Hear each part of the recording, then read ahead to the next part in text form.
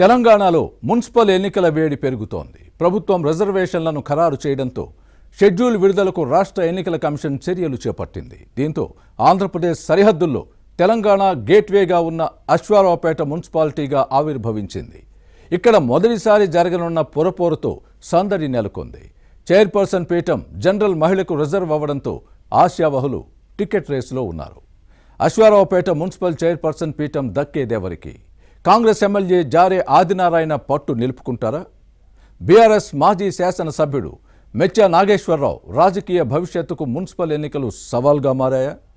గెలుపోటముల్ని TDP ప్రభావితం చేయనుందా? కమ్యూనిస్టులు, కాషాయ పార్టీ నేతలు ఉనికి కోసం పాట్లు పడుతున్నారా? కాకరేపుతున్న అశ్వారావుపేట మున్సిపల్ పాలిటిక్స్ పై ఇన్సైడ్ స్టోరీ.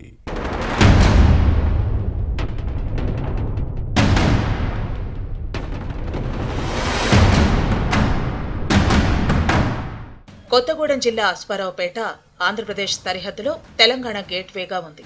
ఒకప్పుడు మేజర్ పంచాయతీ. పక్కనే ఉన్న పేరాయిగూడెం, గుర్రాల చెరువు గ్రామాలను విలీనం చేయడంతో అశ్వారావుపేట మున్సిపాలిటీగా ఆవిర్భవించింది. 2024 డిసెంబర్లో పురపాలక సంఘం అవతరించిన పాలకవర్గం లేదు. రాష్ట్ర ప్రభుత్వం మున్సిపల్ ఎన్నికలకు రంగం సిద్ధం చేయడంతో తొలిసారి జరగనున్న పోరుకు పార్టీలు వ్యూహ ప్రతివ్యూహాలతో సిద్ధమవుతున్నాయి.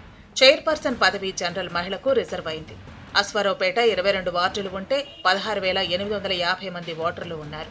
తొలిసారి జరగనున్న పొరపోరులో సత్తా చాటేందుకు పార్టీలు కసరత్తు చేస్తున్నాయి.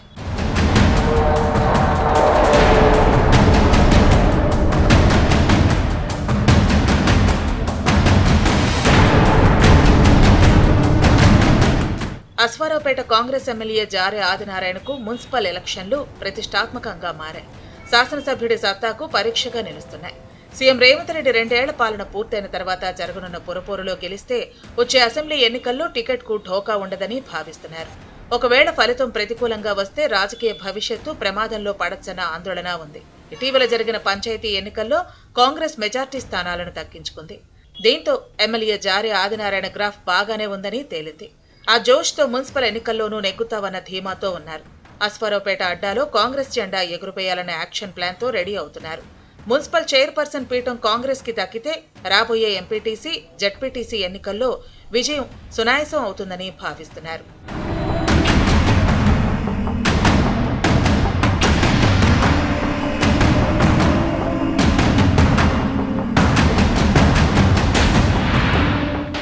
మరోవైపు బీఆర్ఎస్ మాజీ ఎమ్మెల్యే మెచ్చా నాగేశ్వరరావుకు మున్సిపల్ ఎన్నికలు సవాల్గా మారాయి. గత ఎన్నికల్లో ఓటమి తర్వాత జరిగిన పంచాయతీ ఎన్నికల్లో ప్రతికూల ఫలితాలు వచ్చాయి. దీంతో పురపోరులోనూ గెలుపుపై పార్టీ క్యాడర్ నమ్మకం పెట్టుకోలేదన్న ప్రచారం జరుగుతోంది. మున్సిపల్ ఎన్నికల తర్వాత జరిగే ఎంపీటీసీ, జెడ్పీటీసీ ఎలక్షన్స్ పైన ఆశలు పెట్టుకోవటం లేదని వినిపిస్తోంది. బీఆర్ఎస్ అధికారంలో లేకపోవడంతో ఎన్నికల ఖర్చులకు జేబులు తడుముకునే పరిస్థితులు ఉండటంతో క్యాడర్ కంగారు పడుతోంది. ఓవైపు అధికార పార్టీ దూకుడు మీదుంటే మరోవైపు కారు పార్టీ గేర్ మారటం లేదు. దీంతో గులాబీ దళంలో ఆందోళన నెలకొంది.